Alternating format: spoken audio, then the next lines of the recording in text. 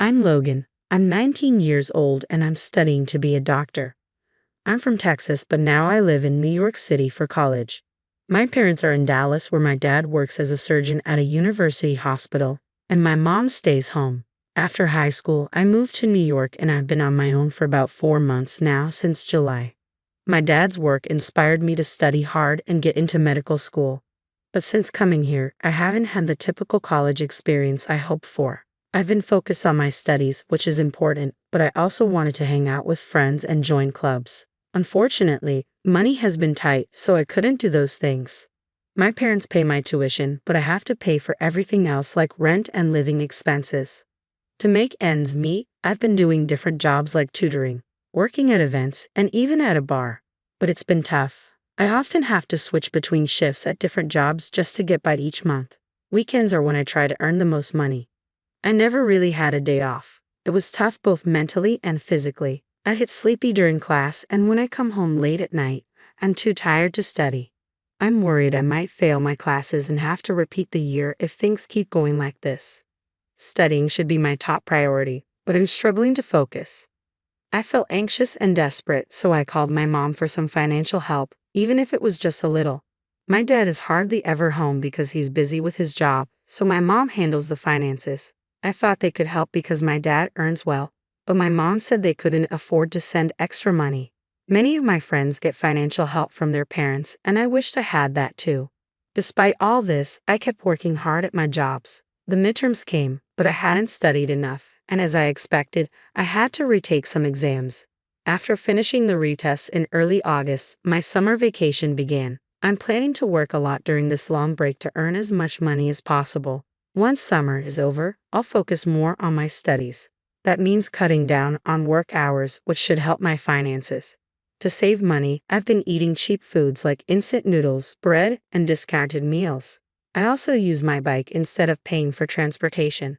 Growing up, I never had to worry about money, so this new life of financial struggle is unexpected and tough. Despite all this, I stay in touch with college friends through texts. Seeing their fun photos makes me realize how different our lives are, even though we go to the same university. My friends often invited me out, but I had to reluctantly decline because I didn't have the money or the time. Let's go somewhere that doesn't cost anything, I suggested. One of our classmates messaged me, "Are you sure you're okay? You always seem tired at school, and I think you're working too much." My friend was concerned about me. I've got the physical stamina, and I need to earn my living expenses. Let's meet up once school starts again, I replied. After that, I went to work at the bar as usual, but something happened shortly after. I collapsed during my shift. It was a busy Friday with lots of customers, and as I was carrying drinks, I suddenly felt dizzy. I don't remember much after that, but when I came to, I found myself in the hospital. According to the doctor, I collapsed due to exhaustion and malnutrition. I received treatment and was allowed to go home the same day. I immediately called my boss at the bar to apologize. My boss explained that after I collapsed, he had called my name, but I was too out of it to respond, so he called an ambulance. He had also contacted my parents. "You've been taking on a lot of shifts, and I relied too much on that. I'm sorry about that. I want you to rest easy for the rest of the month," my boss said. This meant a cut in my income. As I rode the subway home from the hospital, I wondered if I should take on more tutoring jobs. I found myself at a loss. I was supposed to work at the bar the next day, but that suddenly turned into a day off. I decided to quietly stay in bed today. While checking my phone, I noticed a message from my friend that I had missed while I was unconscious. I replied and explained why my response was delayed. Upon learning about my situation, my friend decided to come over. He bought groceries at the supermarket and made spaghetti for me. While eating the meal he had kindly prepared, our conversation turned to the topic of living expenses for someone living alone. When I mentioned that I wasn't receiving any financial support from home, my friend was surprised. "That's why you've been working so hard. Your dad's a doctor. You should be getting some support." "No," I explained. "I asked Mom, and she said they're barely managing with just my tuition." "But you're an only child, right? Maybe if you ask, they could send a little support," my friend suggested. My mom said even a small amount of support was out of the question. "No way, that doesn't make sense. I hate to say this, but maybe your dad is sick and can't work," my friend speculated. Thinking it over, I said, "My dad is a doctor and used to drive a luxury car. Our house is in an upscale neighborhood, and I went to private schools my whole life. So why would mom suddenly say they have no money? Suddenly worried, I immediately messaged my mom. Are you both okay? She replied after a while. We're fine, but I couldn't relax, thinking maybe they were just saying that to keep me from worrying. Since I had planned to go home for the holidays, I decided to talk to my parents about this. After thanking my friend, he said, I'll be waiting for some souvenirs. I felt grateful to have such a friend. The holiday season came and I took the cheapest flight I could find back home. I could only stay for a night and a day because of my job, but I was looking forward to it. When I arrived, my parents greeted me at the door. My dad seemed surprised when he saw me. You've lost a lot of weight. Really? I hadn't noticed myself, but apparently I looked quite different. My mom was also taken aback and fell silent. For lunch, my mom had prepared things like salad, soup, and chicken wings, and for the first time in a long while, the three of us sat down to eat together. As soon as we sat down, my dad looked worried and asked, You look thinner. Are you eating properly? I told him the truth. Not really. It's been a while since I had such a luxurious meal. What do you usually eat? Cafeteria food? My dad asked. Nah, the cafeteria is too expensive for me. Is it that expensive? It's about $5 or so. My dad looked puzzled. Is the money I've been sending enough for you? Confused, I responded. Huh? I haven't been getting any money. I finally told my dad. What do you mean? So you mean to tell me you haven't received any money for the past 4 months? He asked, shocked. I haven't received any, I replied. Have you really been sending money? I had asked your mom to transfer $2,000 every month into your account, Dad said, surprised. Really? I was surprised. Mom told me that your finances were tight and that she couldn't afford to send any money. I explained. Dad looked perplexed. We have enough money. Paisley, have you been sending money to Logan properly? He asked Mom. Mom looked down silently. I was worried that maybe Dad got sick or something and couldn't work, and that's why the money wasn't coming. No, I've been working as usual, Dad assured. Really? That's a relief, I said, somewhat relieved. But then why hadn't any money been sent to me? I was baffled. Cassie, what's going on? Dad pressed Mom. Still refusing to meet our eyes, Mom remained silent. Come on, don't stay silent. Can you explain? Dad insisted. When Dad pressed her, Mom finally said quietly, I haven't sent any money. What? I haven't sent any money to Logan, she admitted. Hearing this, both my dad and I were stunned. What? Why not? Dad asked, incredulous. There are just so many expenses, Mom replied. What kind of expenses? Isn't our home mortgage already paid off? Dad questioned. Realizing she could no longer hide the truth, Mom dropped a bombshell. I've been keeping the money for myself, she confessed.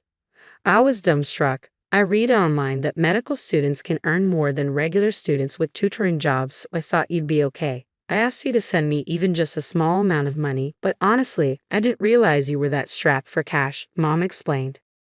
My mom continued in a matter-of-fact tone. There was a call from Logan's workplace recently saying you collapsed from overwork. I was also shocked to see how thin you've become. What? Logan collapsed. What happened? It seemed my dad hadn't been informed about the recent events, so I explained. You collapsed from overwork and malnutrition. Yeah, but it wasn't anything serious, I added. Paisley, why didn't you tell me? My dad asked, clearly upset. I'm sorry. I was afraid he'd find out I wasn't sending the money, my mom said without any sign of guilt. This is outrageous. Logan had to work until he collapsed because he didn't have any money, Dad exclaimed. I didn't mean any harm, my mom defended herself. What have you been using all the money for? Dad confronted her. After a brief pause, she finally spoke up. Well, actually, I have some debts. What? Those were unimaginable words coming from her, who always seemed to perfectly manage the household and even took care of the garden flowers, I thought. The money was used to pay off my debts, Mom continued. Debt? How much do you owe? Dad asked, clearly in disbelief. Mom, still looking down, said quietly, about $100,000. $100,000. I was shocked by the amount. My dad sighed deeply. Why do you have so much debt? I got into gambling, Mom confessed. Basically, I had gotten myself into gambling debts without our knowledge. Why would you even start something like that? Dad asked, holding his head in his hands. About 2 years ago, I started gambling just to kill time. I won some money and it felt really good at first.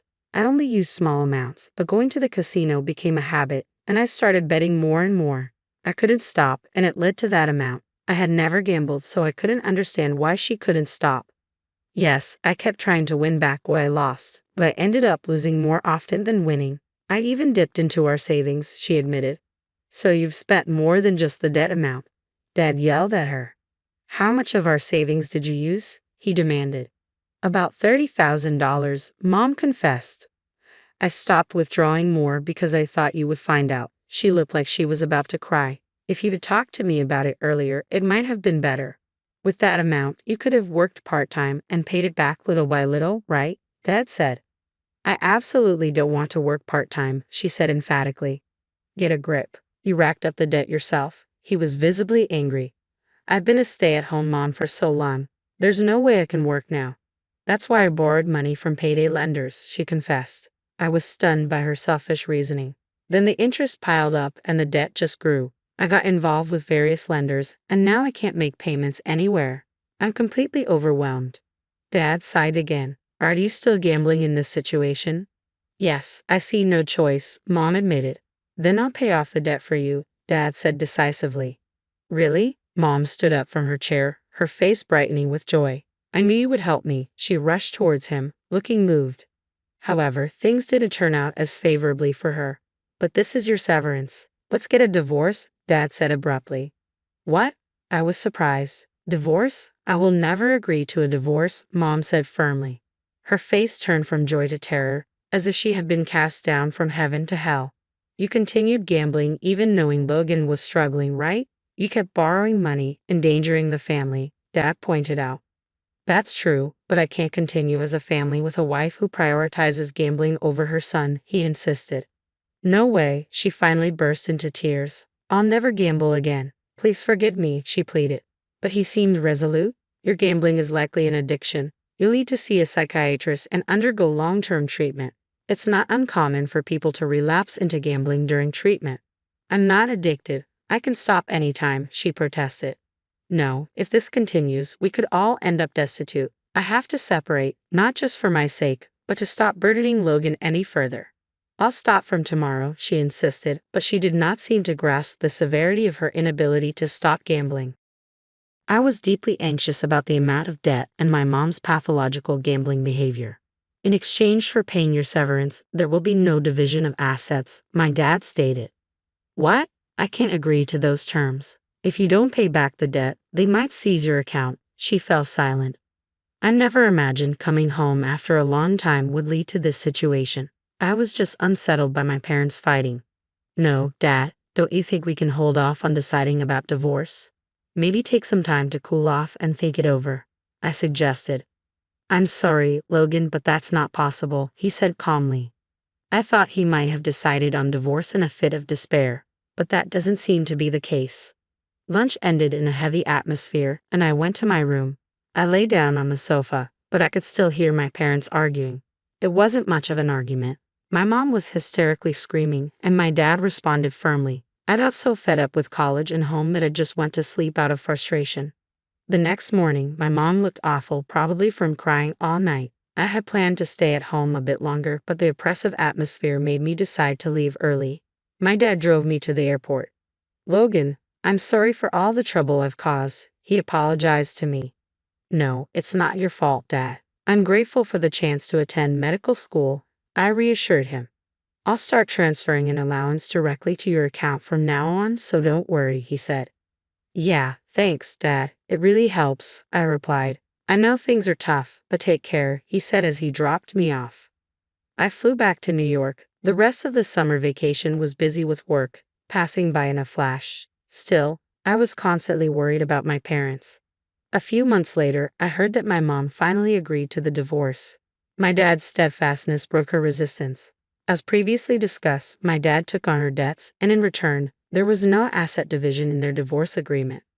I have mixed feelings about my parents getting divorced, but it's not all bad news. Now that I'm receiving an allowance from my dad, I've been able to cut back on work and focus more on my studies. I might even get to hang out with friends. I heard from my grandmother on my mother's side that despite the divorce over her gambling, my mom was back at the slot machines every day.